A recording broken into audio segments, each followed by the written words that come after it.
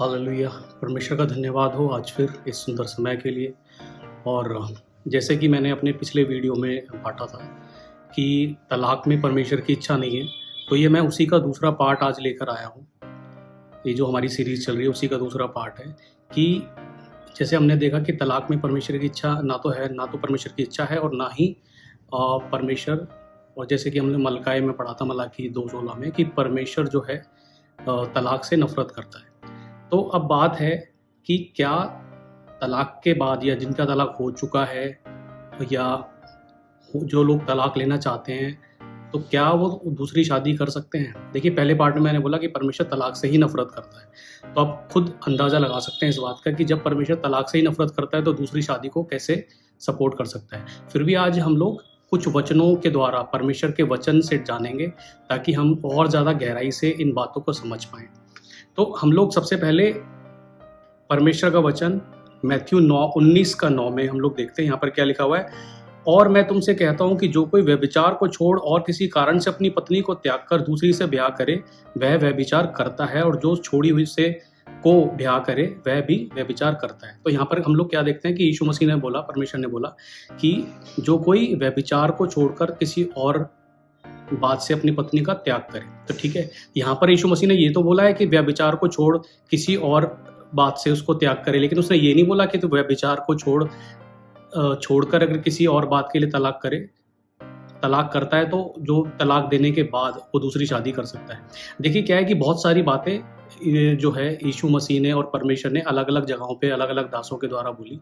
हर एक बात एक जगह पे नहीं मिल सकती, क्योंकि बाइबल जो है बहुत ऐसा ग्रंथ है जो हमें एक वचन के लिए अलग अलग कई जगह से रेफरेंसेस लेने पड़ते हैं, उदाहरण लेने पड़ते हैं, क्योंकि हम लोग खाली एक वचन के ऊपर को बोलकर हम लोग उस पर प्रचार नहीं कर सकते, ना ही उस पर हम लोग कोई निर्णय ले सकते हैं, कोई डिसीजन बना सकते हैं। तो हम लोग यहाँ पर क्या है कि जैसे हम लोग यूहन्ना 21:25 में देखते हैं, यहाँ पे लिखा हुआ है, और भी बहुत से काम हैं जो यीशु ने किए, यदि वे एक एक करके लिखे जाते तो मैं समझता हूँ कि पुस्तकें जो लिखी जाती वे जगत में भी ना समाती। तो ऐसे बहुत सारे काम हैं, बहुत सारी बातें हैं जो कि बाइबल में नहीं लिखी गई, लेकिन परमेश्वर ने अलग अलग अपने दासों के द्वारा लिखी, क्योंकि अगर हर एक बात जो बाइबल के अंदर लिखी जाती तो संसार के अंदर इतनी पुस्तकें भर जाती, इतनी पुस्तकें बन जाती कि संसार में भी ना समा पाती। तो इसीलिए हम लोग इसका दूसरा देखेंगे, जो लूका रचित सुसमाचार है, लूका 16:18 में देखेंगे। यहाँ पर क्या है, जो यीशु मसीह ने जो मत्ती में बोला 19:9 में, उसी की बात को पूरा किया किसने? लूका रचित सुसमाचार की 16:18 आयत में। यहाँ पे लिखा हुआ है, जो कोई अपनी पत्नी को त्याग कर दूसरी से ब्याह करता है वह व्यभिचार करता है, और जो कोई ऐसी त्यागी हुई स्त्री से ब्याह करता है वह भी व्यभिचार करता है। तो आप लोग समझ गए होंगे कि यहाँ पर क्या लिखा हुआ है। यीशु मसीह ने बोला जो कोई अपनी पत्नी को, बाइबल के अंदर लूका में लिखा हुआ है, जो कोई अपनी पत्नी को त्याग कर दूसरी से ब्याह करता है वह व्यभिचार करता है, और जो कोई ऐसी त्यागी हुई स्त्री से ब्याह करता है वह भी व्यभिचार करता है। यानी कि जब हम लोग दूसरी शादी करते हैं तलाक लेने के बाद तो हम लोग व्यभिचार करते हैं। आगे हम लोग वचन देखेंगे, इफिसियों 5:25, हे पतियों अपनी अपनी पत्नी से प्रेम रखो जैसा मसीह ने भी कलीसिया से प्रेम करके अपने आप को उसके लिए दे दिया। यहाँ पर क्या लिखा हुआ है कि पतियों के बारे में लिखा है, हे पतियों अपनी अपनी पत्नी से प्रेम रखो। देखिए यहाँ पर जो है परमेश्वर का वचन बोलता है इफिसियों 5:25 में, हे पतियों अपनी अपनी पत्नी से प्रेम रखो। तो आप समझिए कि आपकी पत्नी कौन है? आपकी पत्नी वो है जिससे आपने पहले शादी की। जो दूसरी पत्नी है या फिर जो तलाकशुदा करके जो अपने पति से तलाक लेकर आई है, या फिर जो आदमी तलाक लेकर दूसरी शादी करके आया है, वो आपका पति या पत्नी कैसे हो सकता है? वो तो दूसरे का, पहले वाली का पति और पत्नी है। यहाँ पर लिखा है अपने अपनी पत्नी से और अपने अपने पति से प्रेम रखें। अपनी से, पहली से, दूसरी वाली पत्नी से नहीं लिखा हुआ, इसमें लिखा हुआ है अपनी पत्नी से ऐसे प्रेम रखे जैसे मसीह ने भी कलीसिया से प्रेम रखे। इतनी बड़ी बात बोली हुई है। तो अपनी पत्नी से प्रेम करने के लिए बोला है, दूसरे की पत्नी से नहीं, क्योंकि जो तलाक लेकर दूसरा शादी करते हैं वो दूसरे की पत्नी है, आपकी पत्नी नहीं है। हमें अपनी पत्नी से और अपने ही पति से प्रेम रखना है। जो आदमी है वो अपनी स्त्री का त्याग कर दूसरी शादी करता है, वो तो पहले वाली का पति है, आपका पति नहीं है वो। यहाँ पर लिखा हुआ है अपनी पत्नी और अपने ही पति से हमें जो है प्रेम रखना है। इफिसियों 5:33 में लिखा है पर तुम में से हर एक अपनी अपनी पत्नी से प्रेम रखे। इसी की बात आगे लिखी हुई है, तुम में से हर एक अपनी पत्नी से प्रेम रखे और पत्नी भी अपने पति का भय माने। अपनी पत्नी से, पहली पत्नी से, और पत्नी भी अपने पति का भय माने, पहले पति का।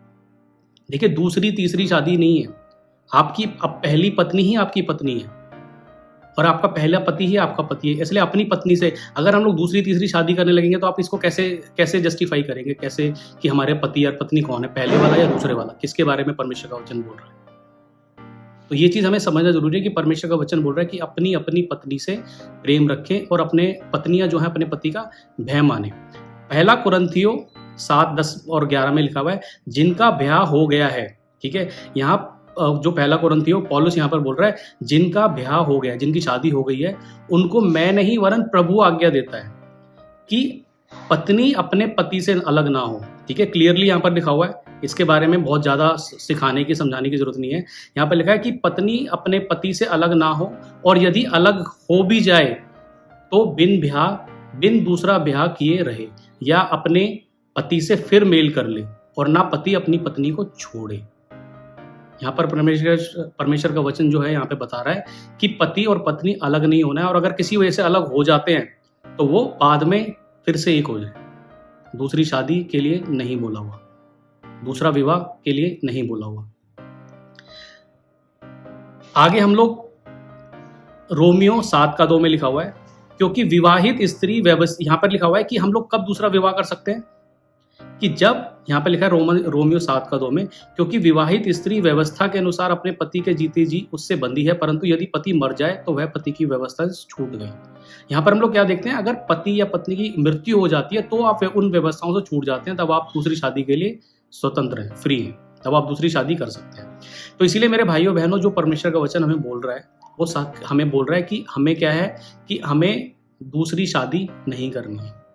अगर पति पत्नी अलग हो गए हैं किसी वजह से, तो वो बिना शादी के, बिना ब्याह के रहे, प्रार्थना करें कि परमेश्वर दोबारा उनको मिलाए, लेकिन दूसरी शादी नहीं है।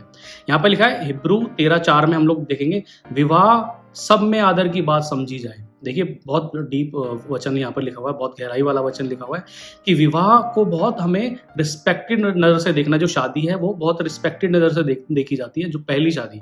विवाह सब में आदर की बात समझी जाए और बिछोना निष्कलंक रहे, क्योंकि परमेश्वर व्यभिचारी और परिस्त्रीगामियों का न्याय करेगा।